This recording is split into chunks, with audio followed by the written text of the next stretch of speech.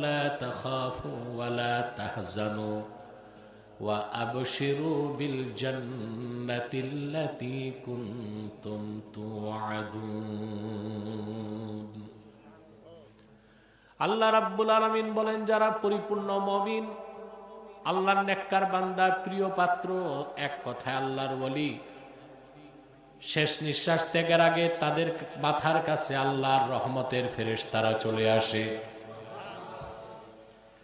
আল্লাহর পক্ষ থেকে তাদেরকে স্যাটিসফাইড করা হয়।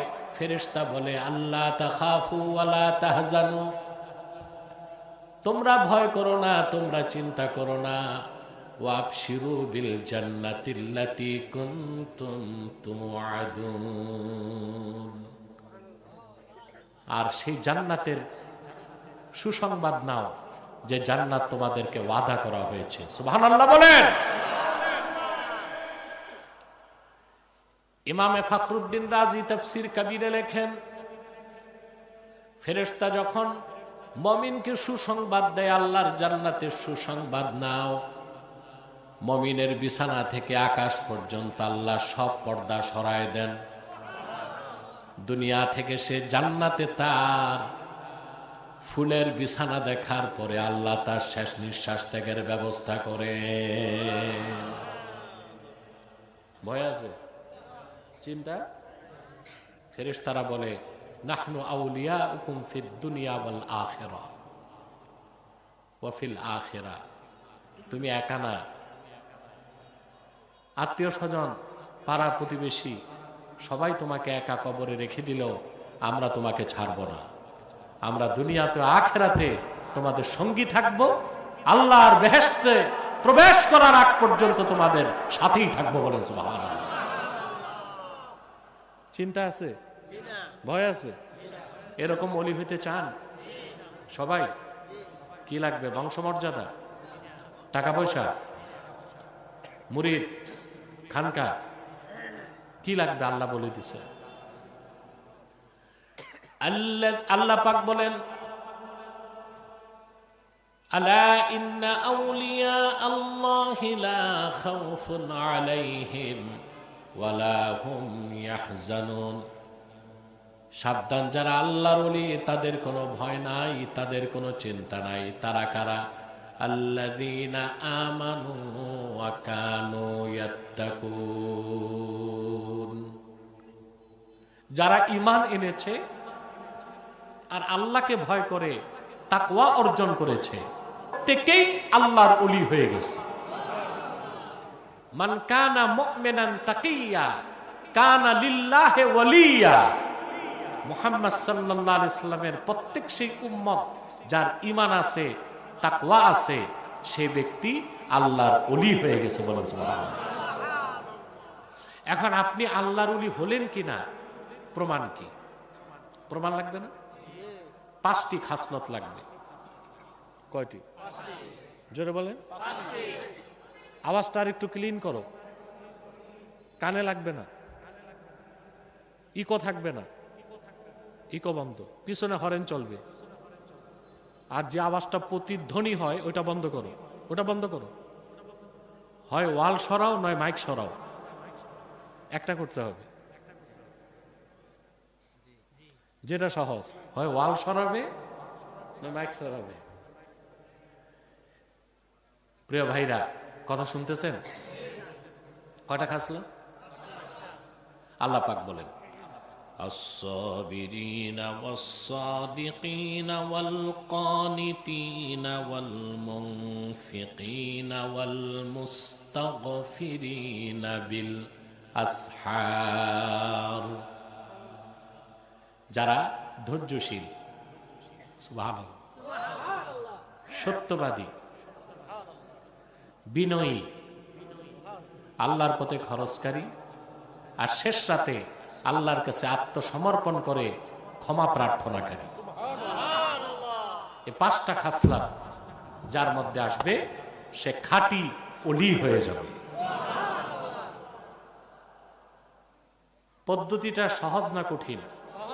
সহজ, কিন্তু মেহনত বেশি। মেহনত প্রথম হচ্ছে সাবিরিন বা ধৈর্যশীল। সবর ছাড়া আল্লাহর ওলি হওয়া যায় না, দুনিয়াতেও সফল হওয়া যায় না। ধৈর্যহীন যারা, অসহিঞ্চু, ধৈর্য নাই, ওরা পৃথিবীর কোনো কাজেও সফলতা অর্জন করতে পারে না, আখিরাতের পথেও সফলতা অর্জন করতে পারে না। আমার ভাইয়ারা, সবর হাদিস শরীফে আল্লাহর হাবিব ইরশাদ করেছেন, সবর হচ্ছে মুমিনের অন্তরের জ্যোতি। এই সবর যার মধ্যে থাকবে না, কোনদিন সে ব্যক্তি ইহকাল কিংবা পরকালে সফলতা লাভ করতে পারে না। এই সবরের আবার 3টা স্তর আছে। কয়টা? আমরা সবর কি তা বুঝি না। আমরা বুঝি কেউ গালে একটা থাপ্পড় দিল, আমি হাত ধরে বলবো ভাই ব্যথা পাইছেন, আরেকটা দেন, এটাই সবর? এটাই যদি সবর হতো, বাঙালি শুধু মায়ের খাইতো আর দিতে পারতো না। এটা সবর না। আল্লামা ইমামে বাগাবী সবরের ব্যাখ্যা করতে যে লিখেন, আস-সাবরু আলা সালাসাতি আনওয়া, সবর বা ধৈর্যের 3টা স্তর আছে। প্রথমটা হচ্ছে আস-সাবরু আলা তাআত, ইবাদত বন্দেগী নেক আমল করার জন্য ধৈর্য লাগবে। যার ধৈর্য নাই সে নেক আমল করতে পারে না। যার ধৈর্য নাই সে তৃপ্তির সাথে নামাজ পড়তে পারে না। যার ধৈর্য নাই সে রোজাও রাখতে পারে না। সবচেয়ে বেশি ধৈর্য লাগে মুমিনের হজ করতে গেলে আর জিহাদের ময়দানে। সবরের কয়টা স্তর? প্রথম হচ্ছে আস-সাবরু আলা তাআহ, ইবাদত বন্দেগী নেক আমলে সবচেয়ে বেশি ধৈর্য লাগে। লাগে কিনা? যার ধৈর্য নাই ও ঠিক মতো নামাজ পড়তে পারে? যার ধৈর্য নাই শীতকালে উঠে ওযু করে ফজর পড়তে যাবে? যাবে? দেখেন নাই এলাকায় যাদের ধৈর্য নাই জুমার দিন মসজিদে যে হইচই করে? ইমাম সাহেব 5 মিনিট যদি ওয়াজ লম্বা করে, এলাকার এই বল্টু চৌধুরী গুলো কাশাকাশি করে। ভাবসাব এইরকম যে জুমার নামাজের পর প্লেন দাঁড়ায় আছে, সিঁড়িতে উঠবে, দেখা যায় কিচ্ছু না, বিয়ে বাড়িতে যে খালি থালাবাটি নিয়ে বসে আছে। ঠিক কিনা? কারণ ওর ন্যাক আমলে ধৈর্য, ন্যাক আমল করতে সবচেয়ে বেশি ধৈর্য লাগে। সবর বা ধৈর্য সবচেয়ে বেশি প্রয়োজন হয় জিহাদের ময়দানে। ঠিক কিনা? আল্লাহর আখিরি নবী আমার নূর নবীজি মুহাম্মদ মুস্তাফা সাল্লাল্লাহু আলাইহি ওয়াসাল্লামের সুমহান সাহাবীগণ জিহাদ করতে যে যুদ্ধের ময়দানে ধৈর্যের চরম পরীক্ষায় উত্তীর্ণ হয়েছে।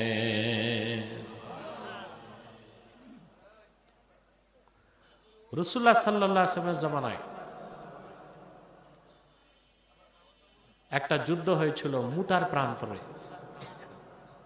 এই যুদ্ধটার নাম মুতার যুদ্ধ, গাজওয়াতু মুতার যুদ্ধ। শুনছেন না? আল্লাহর হাবিব সাল্লাল্লাহু আলাইহি সাল্লামের কয়েক হাজার সাহাবীর সাথে যুদ্ধ করতে এসেছিল 2 থেকে 2.5 লক্ষ খ্রিস্টান রোমক সৈন্য। তাদের নেতৃত্বে ছিল বাদশাহ হেরাকলা। কথা বুঝতেছেন? আল্লাহ রাসূল সাল্লাল্লাহু আলাইহি সাল্লাম মুসলমানরা যখন যুদ্ধে যাবে সেনাপতিদের নাম উল্লেখ করে দিয়েছেন, যে যুদ্ধে সেনাপতি হবে আমার সাহাবী যায়েদ ইবনুল হারেসা। সে যদি শহীদ হয় সেনাপতির দায়িত্ব নেবে জাফর সাদেক। সে যদি শহীদ হয় সেনাপতির দায়িত্ব নেবে আব্দুল্লাহ ইবনে রাওয়াহা। সে যদি শহীদ হয় মুসলমানেরা নেতা নির্ধারণ করবে। রাসূলুল্লাহর কথা থেকে সাহাবীরা বুঝতে পেরেছিলেন 3 জনের একজনও জীবিত ফিরবেন না, কিন্তু একজনও যুদ্ধে যেতে বিলম্ব করেন নাই, সবার আগে সম্মুখ সারিতে দাঁড়ায় গেছে।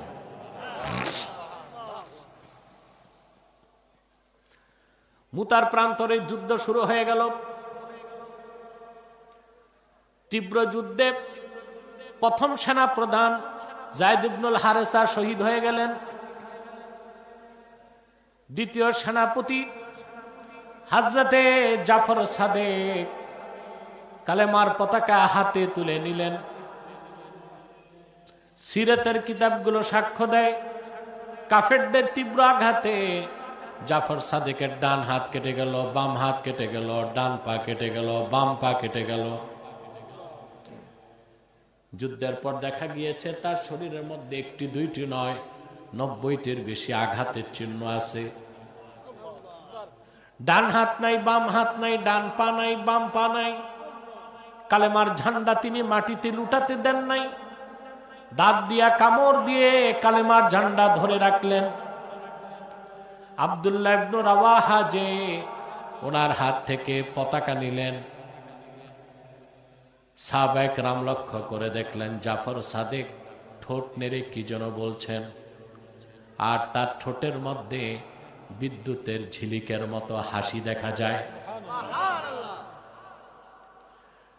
সাহাবী একজন কান লাগায় শুনলেন, জাফর সাদেক বলছেন, আমার প্রিয় সাহাবী ভাইরা, আল্লাহর হাবিবের কদমে আমার সালামটা পৌঁছায় দিও, আর রাসূলুল্লাহর কাছে সংবাদ দিবা, ওয়াল্লাহি লাকাদ ওয়াজাদতু রিহাল জান্নাতি ফিল মুতা, আল্লাহর কসম আমি মুতার প্রান্তরে আল্লাহর জান্নাতের ঘ্রাণ পেয়ে গেছি। হাদিস সাক্ষ্য দেয়, সাহাবায়ে কেরামের নূর নবীজির কাছে সালাম পৌঁছানোর দরকার হয় নাই। মুতার যুদ্ধ থেকে সাহাবীরা তখনও ফিরেন নাই। আল্লাহর হাবিব মসজিদ নববীতে সালামের জবাব দিলেন। সাহাবায়ে কেরাম বললেন, ইয়া রাসূলুল্লাহ, ইয়া হাবিবাল্লাহ, কেউ তো সালাম দিতে দেখলাম না, জবাব দিলেন কেন? আল্লাহর হাবিব বললেন, সাহাবীরা, আমার প্রিয় সাহাবী জাফর সাদেক শহীদ হয়ে গেছে, জান্নাতে যাবার সময় আমাকে সালাম দিয়ে গিয়েছে।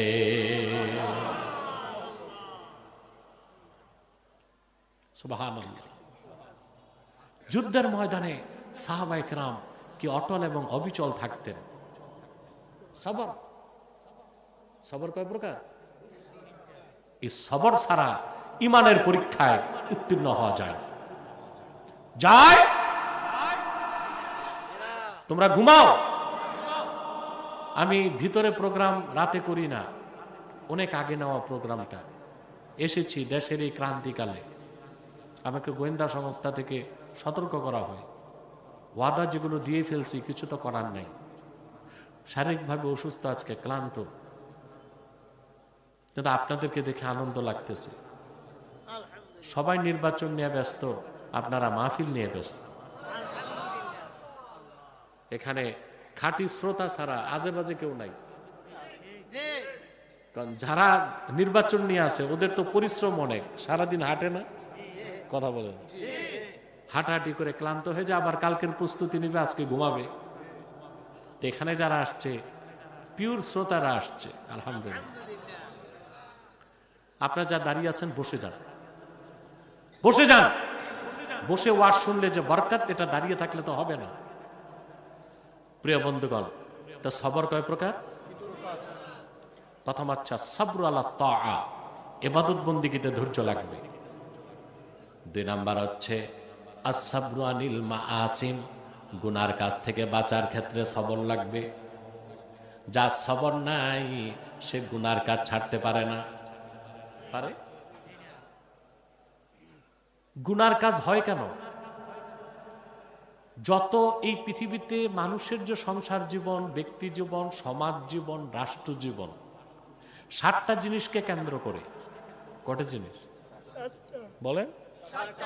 আল্লাহ পাক কোরআন শরীফে বলছেন, যুইনা লিন-নাসি হুব্বুশ শাহাওয়াতি মিনান নিসাই ওয়াল বানিনা ওয়াল কানাতিরিল মুকানতারাতি মিনাদ যাহাবি ওয়াল ফিদ্দাতি ওয়াল খাইলিল মুসাওওয়ামাতি ওয়াল আনআমি ওয়াল হারথ যালিকা মাতাউল হায়াতিদ দুনিয়া ওয়াল্লাহু ইনদাহু হুসনুল মাআব।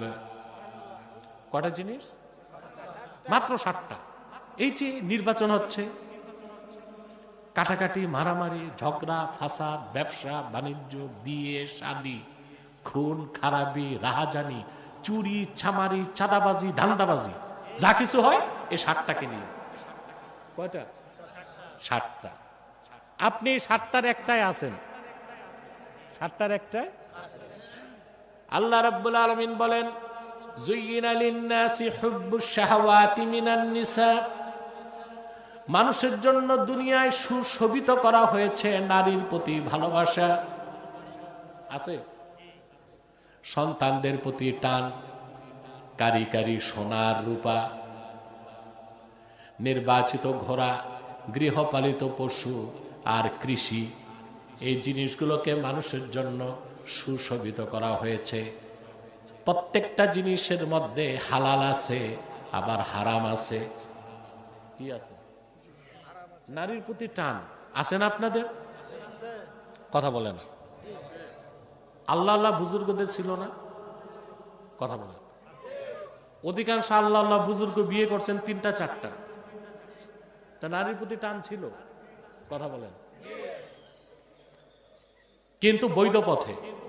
কি পথে? হারাম পথে না। সুবহানাল্লাহ। সোনার উপায় এটা আমাদেরও দরকার, কাফের মুশরিকেরও দরকার, কিন্তু মুমিনেরটা হবে বৈধ পথে, কাফেরেরটা চুরি চামারি। কাফেরেরটা কি? চুরি চামারি। প্রত্যেকটা ক্ষেত্রে আবার আল্লাহ তাআলা সীমা রাখছেন। কি রাখছেন? সীমা রাখছেন। সীমাতিক্রম কেউ করবে না। এই দুনিয়ায় প্রত্যেকটা দুনিয়ার উপাদানগুলো চিত্তাকর্ষক, লোভনীয়, সুশোভিত, করতে মন চায়, দেখতে মন চায়। ঠিক কিনা বলেন? যে জিনিসগুলোকে আল্লাহ রাব্বুল আলামিন হারাম করে দিয়েছেন, যার সবর নাই সে কোনোদিন সেই হারাম কাজ ছাড়তে পারে না। ধৈর্য 3 প্রকার। তার প্রথমটা হচ্ছে ইবাদত বন্দেগীতে ধৈর্য লাগবে, দ্বিতীয়টা হচ্ছে গুনার কাজ ছাড়তে ধৈর্য লাগবে, 3 নাম্বার হচ্ছে সাবরু আলাল মাসায়েব, বিপদে আপদে ধৈর্য ধারণ করতে হবে। বিপদে আপদে আপনার ধৈর্য ধরেন? জি না। হাদিস শরীফে এসেছে আস-সাবরু ফি আউয়ালি সাদমা, বিপদের প্রথম অবস্থায় ধৈর্য ধরলে ধৈর্যশীল হিসেবে সওয়াব পাওয়া যাবে। বউ মরে গেছে, 3 দিন কাঁদছেন, তো সবর করলেন কই? 4র্থ দিন তো সবর আসবে, ওইটার সবর হবে? কথা বলে না। সবরটা কি? ফার্স্ট চান্সে। সবরটা কি? ফার্স্ট চান্সে। সবর ধরবেন না ইনশাআল্লাহ? সাবিরিন হবেন না? কথা বলেন। আল্লাহর ওলি হইতে কয়টা খাসলত লাগবে? প্রথম কি? ধৈর্যশীল। সুবহানাল্লাহ বলেন। ধৈর্য কয় প্রকার? নেক কাজে ধৈর্য, গুনাহ থেকে বাঁচতে ধৈর্য, আর মুসিবতের সময় ধৈর্য।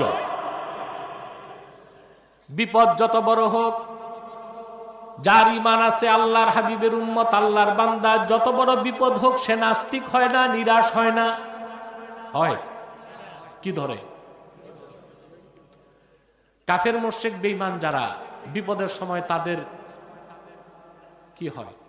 এটাকে ইংরেজিতে বলে ইন্টেলেকচুয়াল অ্যানার্কি, মানসিক নৈরাজ্য। মানসিক মুমিন কখনো নিরাশ হয় না, নৈরাজ্যে ভুগে না, নাস্তিক হয় না, ভেঙ্গে পড়ে না, সে ধৈর্য ধরে। সুবহানাল্লাহ। কোরআনে কারীমে আল্লাহ রাব্বুল আলামিন বলেন, الذين إذا أصابتهم مصيبة قالوا إنا لله وإنا إليه راجعون سبحان الله। যারা প্রকৃত মুমিন, যদি কোনো বিপদ তাদেরকে স্পর্শ করে তারা নিরাশ হয় না, ভেঙ্গে পড়ে না, তারা বলে নিশ্চয়ই আমরা আল্লাহর জন্যে, আর নিশ্চয়ই আমরা আল্লাহ রাব্বুল আলামিনের কাছে ফিরে যাব। এই 3 স্তরের ধৈর্য যদি ধরতে পারেন আপনি সাবিরিন হয়ে যাবেন। আর আল্লাহ বলেছেন ইন্নাল্লাহা মা'আস সাবিরিন, নিশ্চয় আল্লাহ আছেন ধৈর্যশীলদের সাথে। বলেন সুবহানাল্লাহ। ওলি হইতে কয়টা খাসলত? দ্বিতীয় হচ্ছে ওয়াসাদিকিন, সত্যবাদী। সুবহানাল্লাহ বলেন। সত্যবাদী না হইলে ওলি হওয়া যায়? যে সত্যবাদী না ও তো মুসলমানই না, ওলি হবে কেমনে? আমাদের দেশে কিন্তু মিথ্যার খুব চর্চা, কথা বলেন, খুব বেড়ে গেছে মিথ্যার অভ্যাস। রাজনীতিবিদরা তো সকাল সন্ধ্যা মিথ্যা বলে, বলে কিনা? অধিকাংশ রাজনীতিবিদ সকাল সন্ধ্যা কি করে? মিথ্যা কথা বলে। সকালে একটা বিকালে একটা। এখন দিয়ে দাড়িওয়ালা টুপিওয়ালারও মিথ্যা শুরু করছে। ভণ্ডামি আর কারে বলে? সুরত খুব সুন্দর, দাড়ি টুপি সব ফিটফাট, ভিতরে সদর ঘাট। এই যে সুরত ধরছে এটা ভ্যাক ভ্যাক, নেক সুরতের ভ্যাক, নেক সুরতের ভ্যাক। মানুষকে ধোঁকা দিছে। রাজনীতি যাটা আছে আবার ঠুস ঠাস কিছু হয় তা হার্ট অ্যাটাক করবে। রাজনীতিবিদরা মিথ্যা বলে, বলে না? মাঠে কিছু বক্তাও নামছে, প্রচুর মিথ্যা বলে। মিথ্যাবাদী কখনো আল্লাহর প্রিয় পাত্র হইতে পারে না। সত্যবাদী হইতে হবে। কি সত্যবাদী কিভাবে হবেন তা জানেন? আমরা তো সত্যবাদীর সংজ্ঞাই জানি না। জানি? আমরা কথায় কথায় বলি ভদ্রলোক হিন্দু তবে সত্যবাদী। নাউজুবিল্লাহ। যে হিন্দু মুসলমান হয় নাই, যার ঈমান নাই, ও আবার সত্যবাদী হয় কেমন করে? কোন মুসলিম, কোন কাফের, মুশরিক, বেঈমান যদি সারা জীবন সত্য কথা বলে তাকে সত্যবাদী বলা যাবে না। বলতে হবে তার কথাটা সত্য। সত্যবাদী হবার জন্য অবশ্যই ঈমানদার হতে হবে। কি হতে হবে? ঈমান ছাড়া সারাদিন সত্য বললেও সত্যবাদী হওয়া। কোরআনে কারীম আল্লাহ রাব্বুল আলামিন সত্যবাদী সংজ্ঞা দিয়েছেন, ইন্নামাল মুমিনুনাল্লাযীনা আমানু বিল্লাহি ওয়া রাসূলিহি সুম্মা লাম ইয়ারতাবু ওয়া জাহাদু বিআমওয়ালিহিম ওয়া আনফুসিহিম ফি সাবিলিল্লাহি উলাইকা হুমুস সাদিকুন। আল্লাহ রাব্বুল আলামিন বলেন, প্রকৃত সত্যবাদী তো তারাই যারা ঈমান এনেছে মহান আল্লাহর উপর, ঈমান এনেছে মুহাম্মদ সাল্লাল্লাহু আলাইহি ওয়াসাল্লামের উপর, এবং ঈমান ও ইসলামের কোন একটা বিষয়কে সন্দেহ করলো না, জান এবং মাল দিয়ে আল্লাহর পথে লড়াই করলো। আল্লাহ বলেন তারাই সত্যবাদী। বলেন সুবহানাল্লাহ।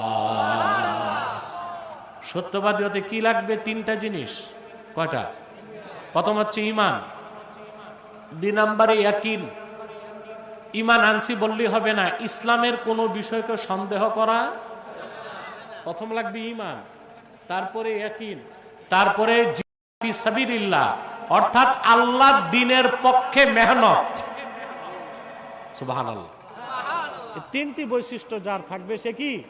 সত্যবাদী। বলেন সুবহানাল্লাহ। সত্যকে মুখে উচ্চারণ, সত্যকে হৃদয়ে লালন, কাজের মাধ্যমে সত্যকে প্রকাশ।